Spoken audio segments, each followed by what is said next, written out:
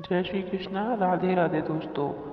ईश्वर की कृपा सदैव आप सभी पर बनी रहे। आज की वीडियो में खाटू श्याम बाबा की कथा सुनेंगे। जो लोग खाटू श्याम जी का व्रत करते हैं उन लोगों को यह कथा ज़रूर सुनना चाहिए। इसके पीछे एक पौराणिक कथा है। भगवान खाटू श्याम जी सभी की मुरादें पूरी करते हैं और रंग को भी राजा बना देते हैं। ऐसी कथा है कि खाटू श्याम की अपार शक्ति और क्षमता से प्रभावित होकर श्री कृष्ण ने इन्हें कलयुग में अपने नाम से पूजे जाने का वरदान दिया है। इसीलिए सभी भक्त लोगों का विश्वास है कि जो सभी जगह से हार जाते हैं, निराश हो जाते हैं, वे खाटू श्याम जी की शरण में जाते हैं और बाबा उनकी झोली कभी खाली नहीं रखते। अब खाटू श्याम जी की कथा सुनेंगे। लक्षागृह की घटना में प्राण बचाकर वन वन भटकते पांडवों की मुलाकात हिडिंबा नाम की राक्षसी से हुई। यह भीम को पति के रूप में पाना चाहती थी। माता कुंती की आज्ञा से भीम और हिडिंबा का विवाह हुआ, जिससे घटोत्कच का जन्म हुआ।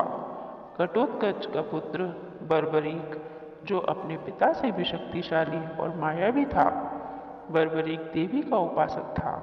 देवी के वरदान से उसे 3 दिव्य बाण प्राप्त हुए थे, जो अपने लक्ष्य को भेद कर वापस लौट आते थे।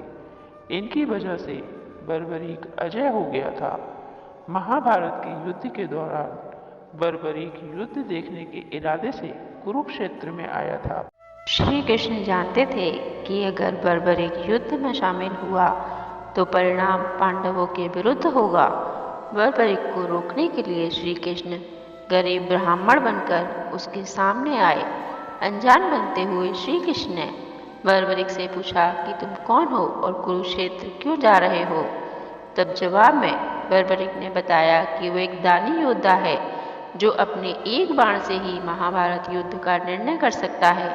श्री कृष्ण ने उसके परीक्षा लेनी चाहिए, तो उसने एक बाण चलाया, जिससे पीपल के पेड़ के सारे पत्तों में छेद हो गया। एक पत्ता श्री कृष्ण के पैर के नीचे था, इसलिए बाण पैर के ऊपर ठहर गया। श्री कृष्ण बर्बरीक की क्षमता से हैरान थे और किसी भी तरह उसे युद्ध में भाग लेने से रोकना चाहते थे। इसलिए श्री कृष्ण ने कहा, बर्बरीक, तुम तो बड़े पराक्रमी हो, मुझ गरीब को दान नहीं दोगे। बर्बरीक ने जब दान मांगने के लिए कहा तो श्री कृष्ण ने उसका शीश मांग लिया। बर्बरीक समझ गया कि यह कोई ब्राह्मण नहीं है और वास्तविक परिचय देने के लिए कहा। श्री कृष्ण ने अपना वास्तविक परिचय दिया तो बर्बरीक ने खुशी खुशी शीश दान देना स्वीकार कर लिया।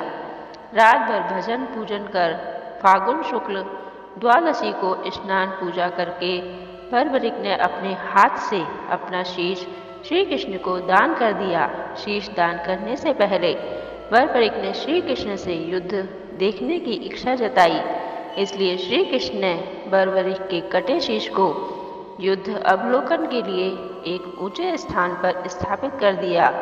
युद्ध में विजय श्री प्राप्त होने पर पांडव विजय का श्रेय लेने हेतु वाद विवाद कर रहे थे। तब श्री कृष्ण ने कहा कि इसका निर्णय बर्बरीक का शीश कर सकता है।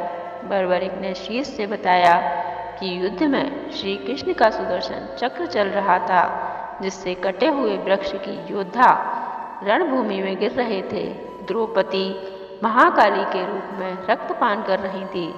श्री कृष्ण ने प्रसन्न होकर बर्बरीक से उसके कटे शीश को वरदान दिया कि कलयुग में तुम मेरे श्याम नाम से पूजित होगे।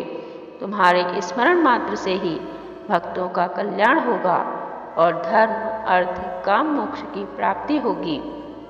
इस प्रकार जो भी भक्त खाटू श्याम जी की सच्चे मन से पूजा आराधना करता है या जो भी सच्चे मन से कोई मनोकामना मांगता है, उसकी बाबा कभी झोली खाली नहीं रखते।